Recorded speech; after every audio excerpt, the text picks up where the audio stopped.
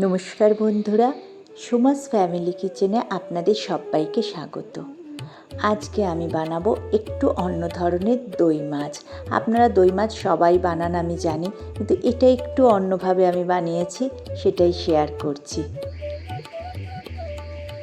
এর জন্য আমি রুই মাছ নিয়েছি। আমি 7 পিস মাছ নিয়েছি, 6টা রিং পিস আর একটা লেজার মাছ। এবার মাছটা আমি ম্যারিনেট করে রাখবো শুধুই নুন আর একটু তেল দিয়ে। মোটামুটি 15-20 মিনিট রাখলেই হয়ে যাবে। আর এখানে এই পুরো রান্নাটাতেই আমি কিন্তু একদমই হলুদের ইউজ করব না।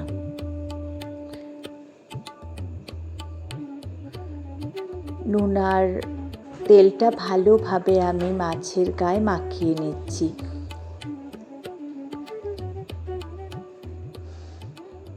এবার মিনিট 15-20 রাখার পর আমি মাছটা ভেজে নিলাম। মাছটা কিন্তু আমি খুব একটা ডিপ ফ্রাই করিনি।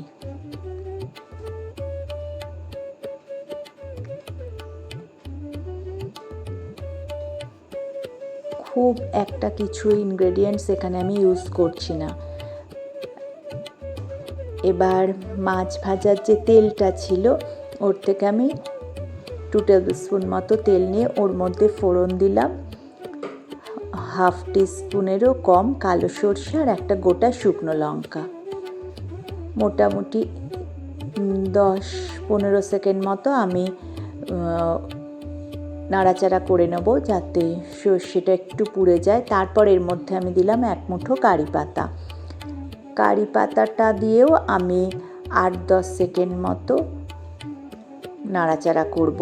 আর পুরোটা কিন্তু আমি লো ফ্লেমে করছি।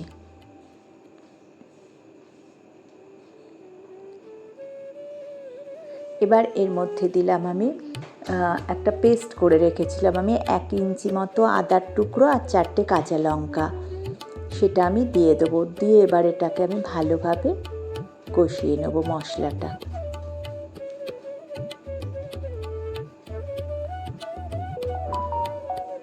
দিলাম এর মধ্যে পরিমাণ মতো নুন। আপনারা আপনাদের স্বাদ মতো একটু নুনটা দেবেন, যে যেমন নুন খান।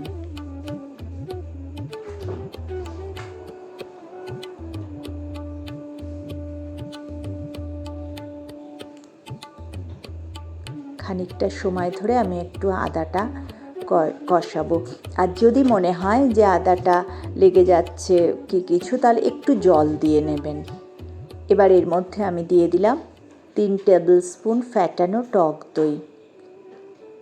আমি আবার বলছি, ফ্লেমটা কিন্তু একদম লোতে রাখতে হবে।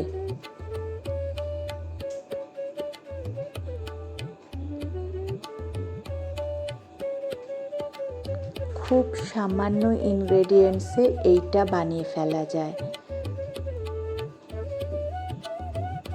আর একটু অন্য ধরনেরও টেস্টটা হয়।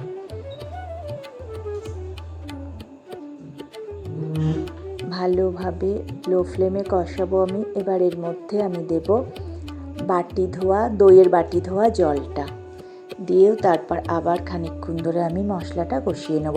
আচ্ছা, একটা কথা বলি, নতুন যারা বন্ধু আছেন আমার চ্যানেলের, প্লিজ আমার চ্যানেলটা একটু সাবস্ক্রাইব করে নেবেন। আর পাশে থাকা বেল আইকনটা যদি একটু প্রেস করে রাখেন, তাহলে নতুন ভিডিও আপলোড করলেই আপনারা সঙ্গে সঙ্গে নোটিফিকেশান পেয়ে যাবেন। মশলা কষানো অলমোস্ট ডান, তেল ছাড়তে শুরু করেছে। এবার এর মধ্যে আমি দিয়ে দেব জলটা একটু বুঝে দেবেন। আমি এখানে 1 কাপ আর একটু বেশি, আর 1 কাপের মানে এই 1 কাপ মতো জল ইউজ করেছি। যেহেতু এটা ঝোল হবে না, একদমই গা মাখা হবে, তাই ততটাই জল দেবেন যতটা জলে পুরো মাছ ভাজা যতটা আছে সেগুলো পুরোটা ডুবে যায়। আর মিনিট 2 মতো ফোটাতে হবে। ততটুকুই জল লাগবে। এটা তো একদম যে খুব গ্রেভি হবে সেটা না। এবার এইভাবে আমি মিনিট 2 ফোটাবো যাতে মাছের ভেতর গ্রেভিটা ঢুকে যায়।